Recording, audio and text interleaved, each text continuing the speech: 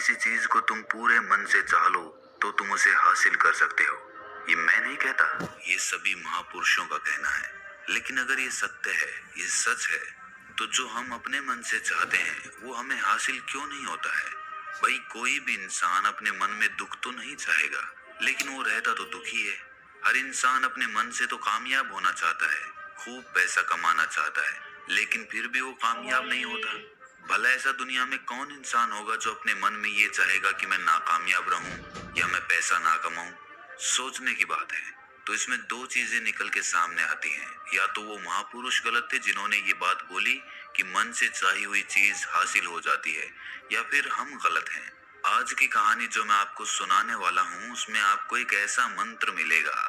उसे समझने के बाद आपको एक ऐसा मंत्र पता चलेगा जिससे आप ये समझ पाएंगे कि अपने मन से कोई भी चीज कैसे करवाई जाती है, मन में किसी भी बात का बीज कैसे बोया जाता है। ये इस कहानी से आपको अच्छी तरह से समझ में आ जाएगा, और इससे आप ये भी समझ पाएंगे कि आकर्षण का नियम, लॉ ऑफ अट्रैक्शन, कैसे काम करता है।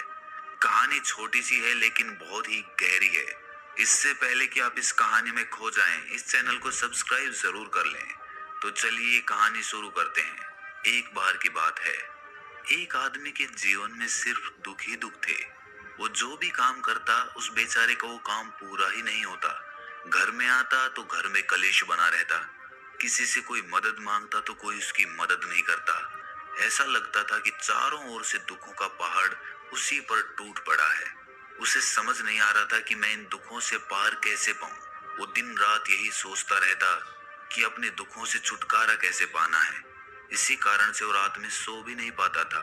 उसकी आंखों के नीचे बड़े बड़े काले घेरे बन गए थे, जो इस बात का प्रतीक थे कि वो आदमी कितना दुखी है और कितना चिंतित है।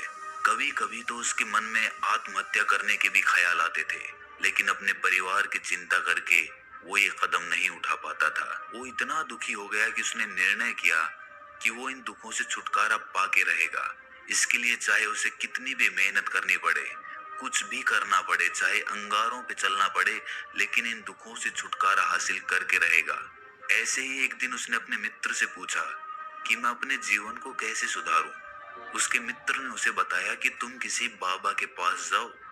बाबाओं के पास ऐसा मंत्र होता है जिससे सारे दुख मिट जाते हैं, जीवन खुशियों से भर जाता है और धन संपदा भी हासिल हो जाती है। तुम किसी ऐसे बाबा को ढूंढ लो, बस तुम्हारा काम बन जाएगा।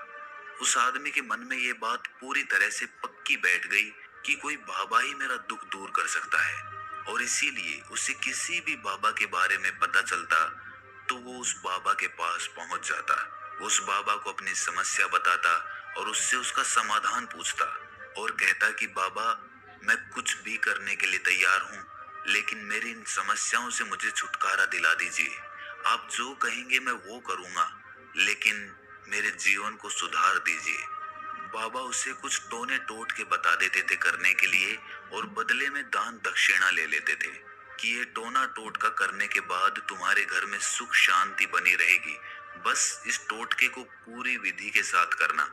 वो आदमी घर लौटकर पूरी विधि के साथ टोने टोटके करने लगा, लेकिन बहुत टोने टोटके करने के बाद भी उसके जीवन में कुछ बदलाव नहीं आया। इसके विपरीत उसका जीवन और ज्यादा दुखी हो गया।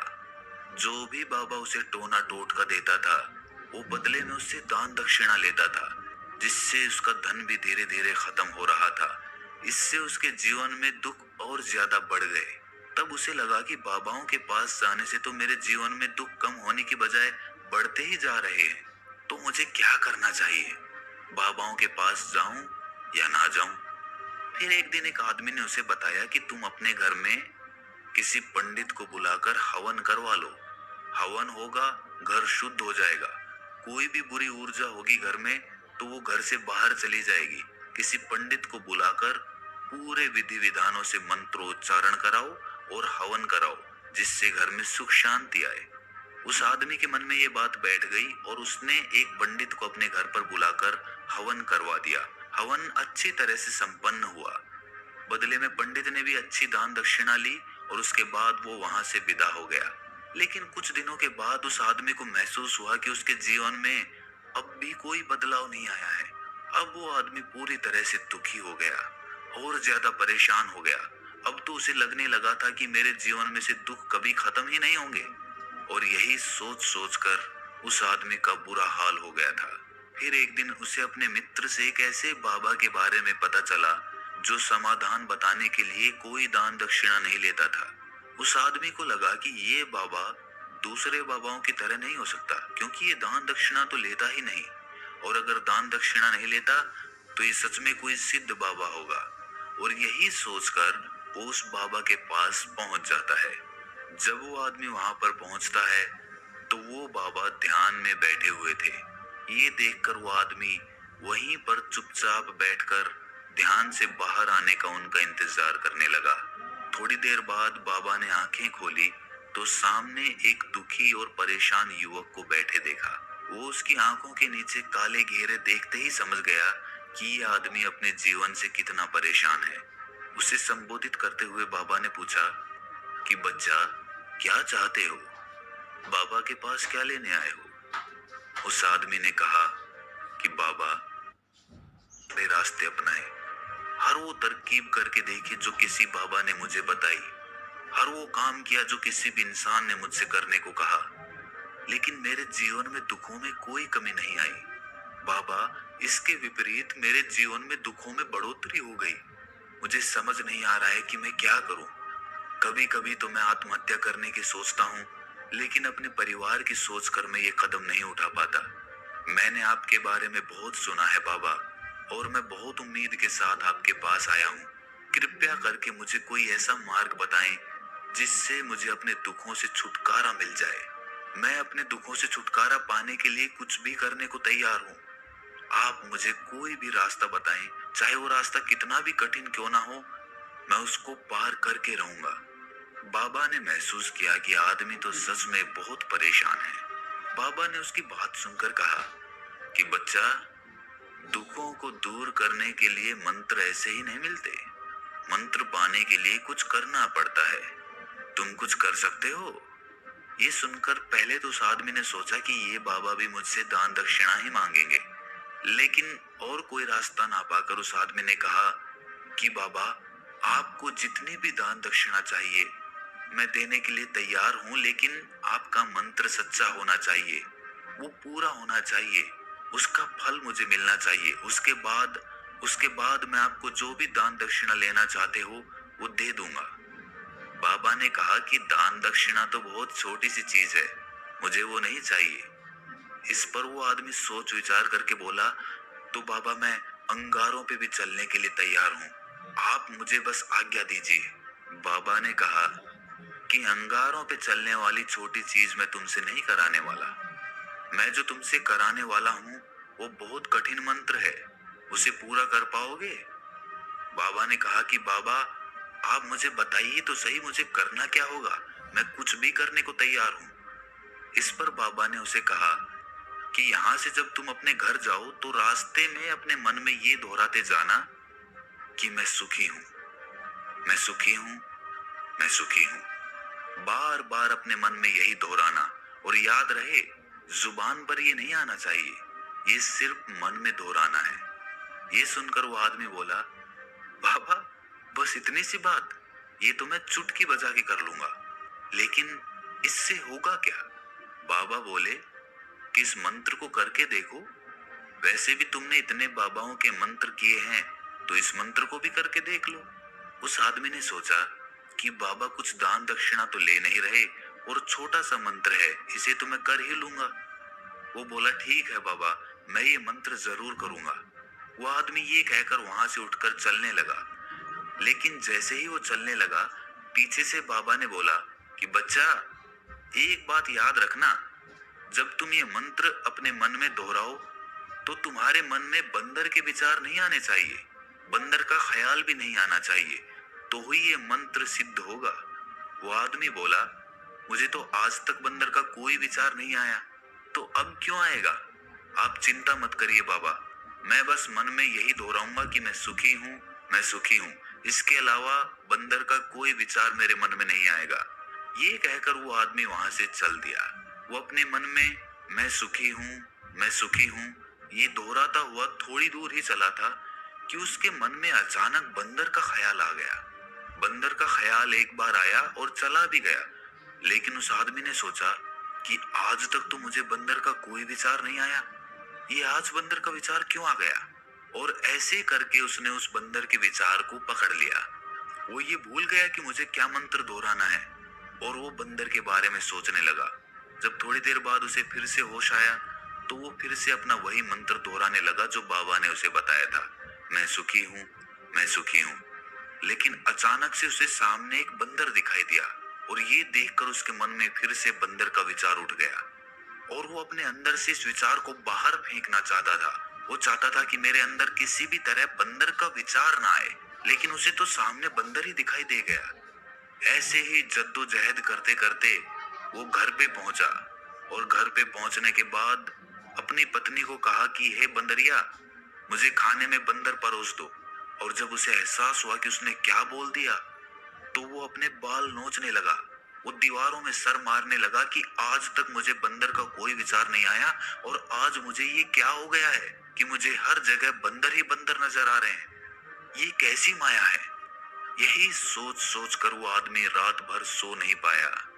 रात भर करवटें बदलता रहा, और सुबह उठकर सीधे उसी बाबा के पास पहुंच गया, और उसके चरणों में गिरकर कहा कि बाबा, पता नहीं क्या चमत्कार हो रहा है, आज तक मुझे बंदर का कोई विचार नहीं आया, लेकिन कल से जब से आपने मुझसे कहा कि बंदर का विचार नहीं आना चाहिए, तब से मुझे हर जगह बंदर ही बंदर नजर आ रहे हैं। उस आदमी ने कहा कि बाबा, मुझे तो आपके पीछे पेड़ पर बैठा हुआ बंदर भी केले खाता हुआ दिखाई दे रहा है। ये हो क्या रहा है बाबा। ये सुनकर बाबा हंसने लगे। बच्चा, मन का जाल एक ऐसा जाल है जिसे समझ पाना इतना आसान नहीं है। बंदर तो तुम्हारे रास्ते में पहले भी आते थे। जब तुम मेरे पास आए थे तो इन्हीं पेड़ों पे ये बंदर घूम रहे थे, लेकिन तब तुम्हारे ध्यान में ये बंदर नहीं था। तब तुम्हारे ध्यान में सिर्फ अपने दुख थे। इसके बाद बाबा ने उसे बताया कि बच्चा, हम जिस चीज से भी दूर भागना चाहते हैं, वही चीज हमारे मन में बहुत गहरे में प्रविष्ट हो जाती है। वो हमारे अंतर मन में समा जाती है। असल में हम जिस चीज से भी छुटकारा पाना चाहते हैं, उससे छुटकारा इसीलिए पाना चाहते हैं कि वो हमारे साथ बहुत गहरे से जुड़ी हुई है, और हम जितना ही उससे छुटकारा पाना चाहते हैं, वो उतनी ही गहरी हमारे मन में बैठती चली जाती है, और आखिरकार वो हमारे अंतर मन में छा जाती है। ऊपर से तो हम चाहते हैं सुखी होना, कि मैं सुखी हूँ, सुखी हूँ। हमारे होंठ भी यही बोलते रहते हैं, लेकिन हमारे मन में दुख समाये होते हैं। हमारे विचारों में, हमारे मन में हमें दुख ही दुख दिखाई देते हैं। इसीलिए अपनी जुबान से बार बार ये बोलने से कि मैं सुखी हूँ, मैं सुखी हूँ, हम सुखी नहीं होंगे जब तक ये मंत्र हमारे अंतर मन में प्रविष्ट नहीं होगा। इस पर उस आदमी ने पूछा कि बाबा, लेकिन ये मंत्र हमारे अंतर मन में प्रविष्ट कैसे होगा।